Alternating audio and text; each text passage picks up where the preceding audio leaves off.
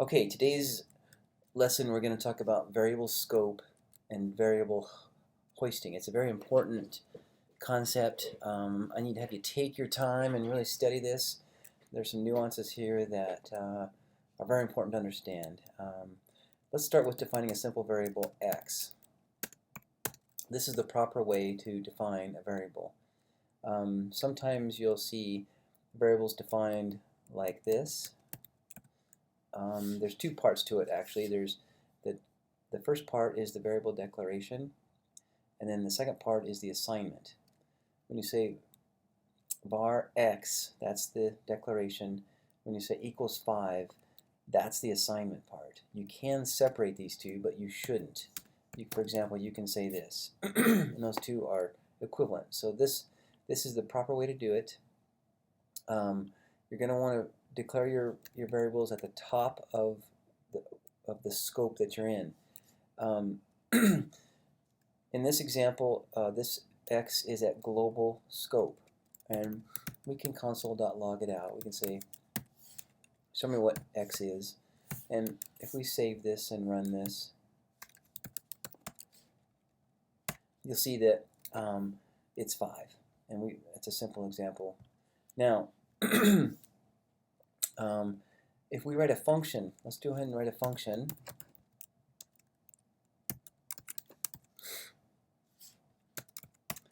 And if we define a variable in here, let's say we define y equals 6. The y is what we call a local variable. It's local to the function. In JavaScript, we have global scope and we have function scope. And so we've kind of demonstrated both of those. The x is at global scope, the y is at local scope. So if we display this, we would expect to see, I got to run the function here, give me a second. When I call do it, it's going to display the y. Okay, so you can see that this console log displayed the 6, this console log displayed the global variable, which equals 5. The y is local. So let's prove a couple things here. Let's say from the outside, let's see if I try to log y. What would we expect to happen? Basically, I'm trying to access this variable right here that's defined in the function scope. And what we're going to find is that it's not available to me. In fact, it's going to say y is not defined. Y, and this demonstrates the first aspect of variable scope, is that if y is defined in a function scope, it's not going to be available in the global scope. Now, the next thing to look at is, let's say we want to display the x. X was defined at global scope. What I expect to be able to display or show or use the x when it's in global scope, and I'm actually on the inside of the function. Let's try it. If I run this, I got to get rid of this one because that's wrong. That's never going to work. And so, sure enough, the x is available to me on the inside of this function because it's at global scope, and that's kind of the interesting thing about global variables. They're available everywhere.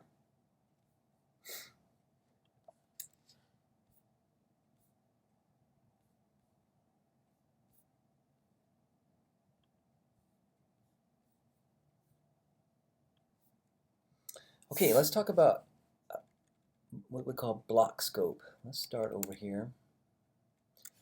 JavaScript does not have or recognize block scope. So I guess the first question is, what is a block? Let's start to explain that by using a for. Let's say for I equals 0, I less than 10, I plus plus, oops, wrong. Let's just write a loop that will display I. So what's going to happen here is I is going to start at 0 and go to 9.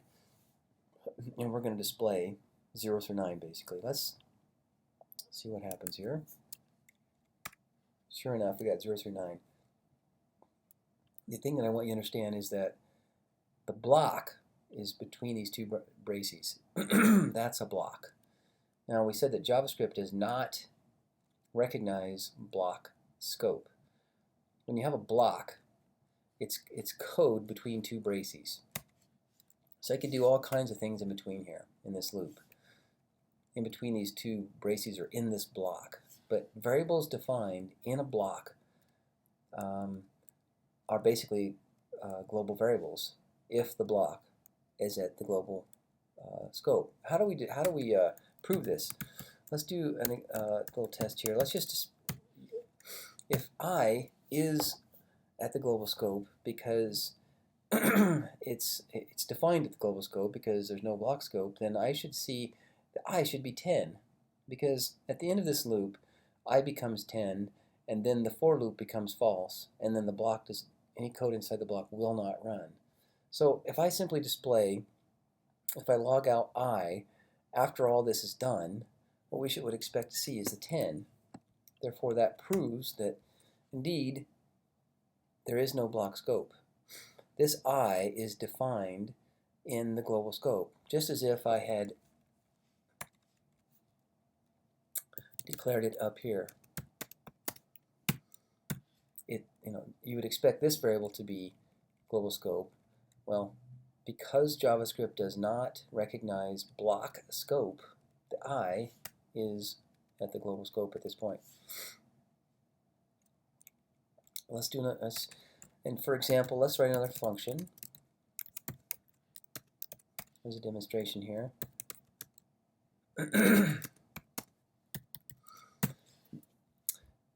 We said that a block of code is between two braces. So here's two braces, so this is a block of code as well. But this is treated differently in JavaScript because of it's a function. Whenever there's a function, the variables defined inside that block that contain the function are not at global scope. These are going to be local variables. So this t, as we showed earlier, is going to be a local variable and not available to us on the outside. So what we would expect to see is that when I call do it, it's going to show me the 999, but when it's going to die on this piece of code right here because I have no access to that t, because this t is local to this function. Let's try it. So sure enough, t is not defined. So, and that happened on this line right here.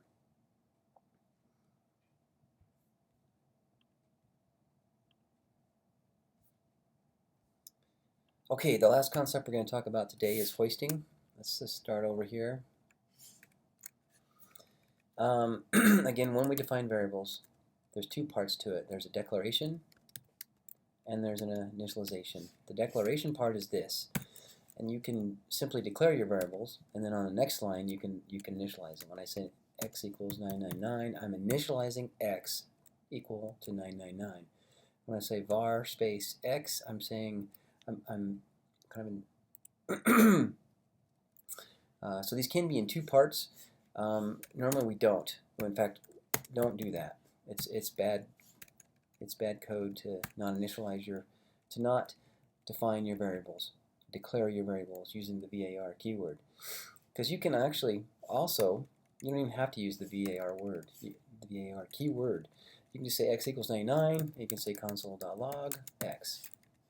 Except this is bad, and you're going to see why here shortly. See, it works just like it did.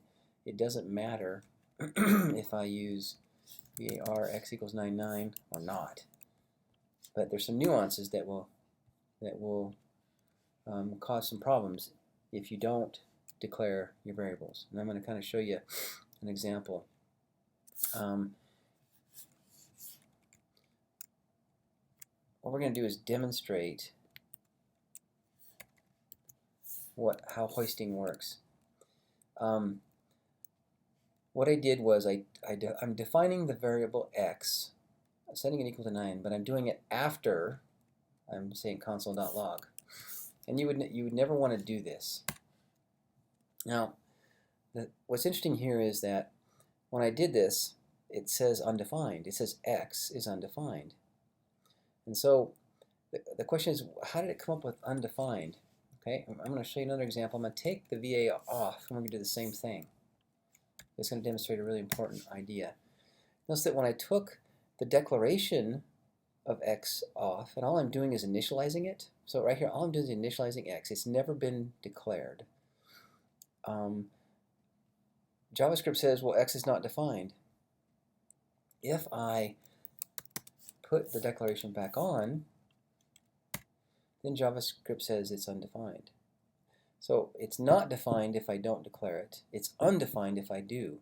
But what's interesting here is I made it equal to 99. And so where's the 99? Well, you're not setting x equal to 99 until after we're displaying it. So that kind of makes sense. But how is it that if I put the VAR, it thinks it's undefined? Well, this is the concept of hoisting. When you write this code, JavaScript takes your code and does this.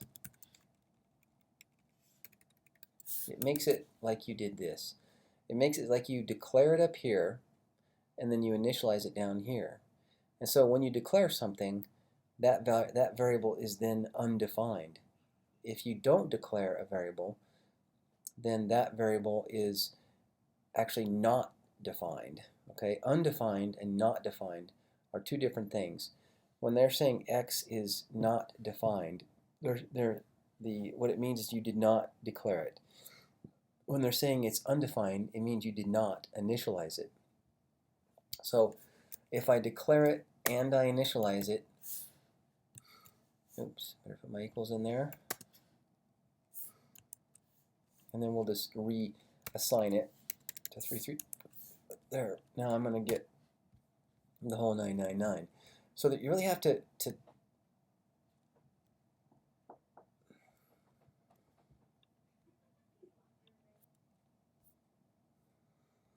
okay, let's review this. Let's start over. Let's go through this example one more time, start from scratch. It's important to know there's a difference between declaring your variable and initializing it. Often, or the most of the time, what you need to do is declare your variable and initialize it on the same line. So when we say variable x, that's declaring a variable. When we set it equal to 666, that's initializing it. 2 steps.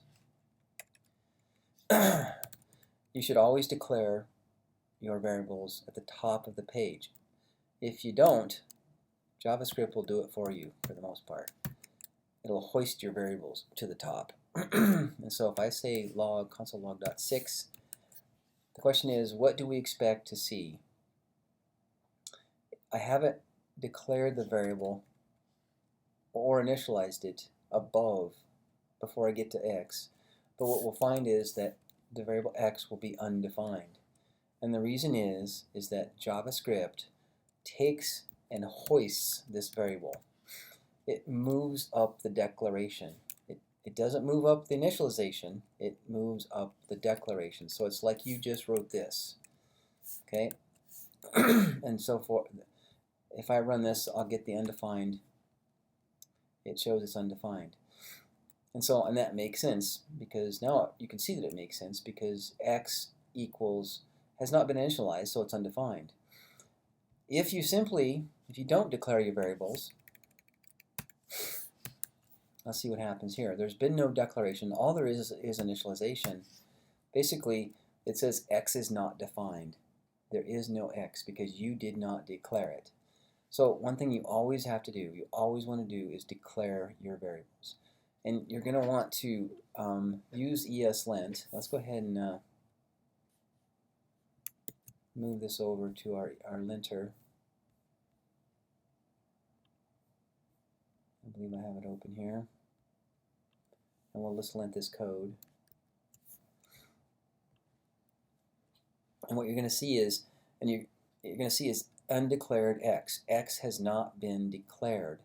And so to fix this particular problem, you always want to declare your variables. And we declare our variables by using the VAR keyword. And then the next thing is when you declare your variables, JavaScript will always move them up, but we don't want to rely on JavaScript to do that. We want to declare our variables at the top of the scope.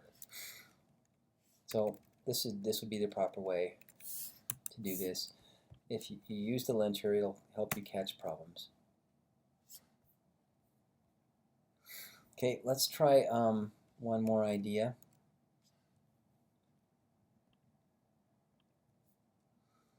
Okay, if we take another example of, we write a function.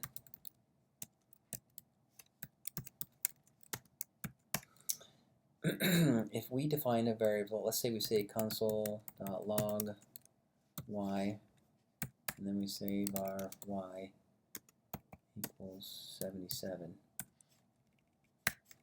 So again, what we've done is we've defined our variable after we're trying to log it out. But we just said that JavaScript will hoist variables, declared variables, JavaScript will hoist variable declarations to the top of the scope. When we write a function, the scope is the function. These are local variables to this function. They're not going to be global. So what I would expect is that this declaration will get hoisted, and I would, if I call this function, I'll say do it, and I will clean this up, brush this up a little bit. When I call do it, JavaScript will hoist this declaration so it's above the console.log, but it will not hoist the initialization.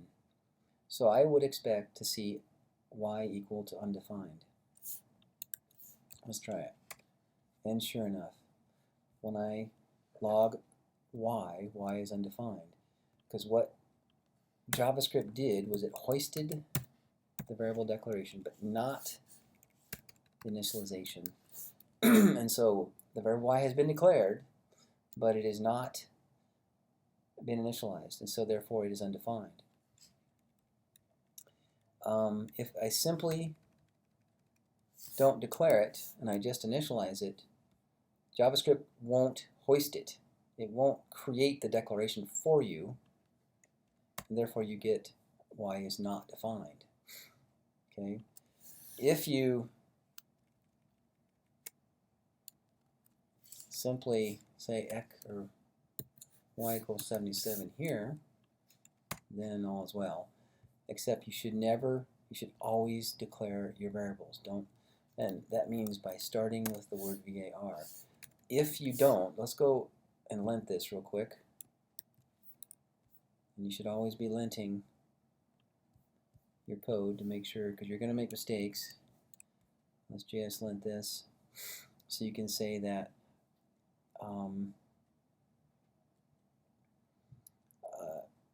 we need the undeclared y right there. We also have the use strict issue there. But you can see it's undeclared. And it's not declared because we didn't put the var keyword in front of it. Okay, and I always want to use strict in my functions.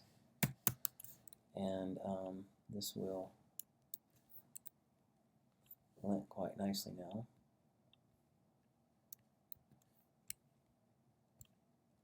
Okay, cool.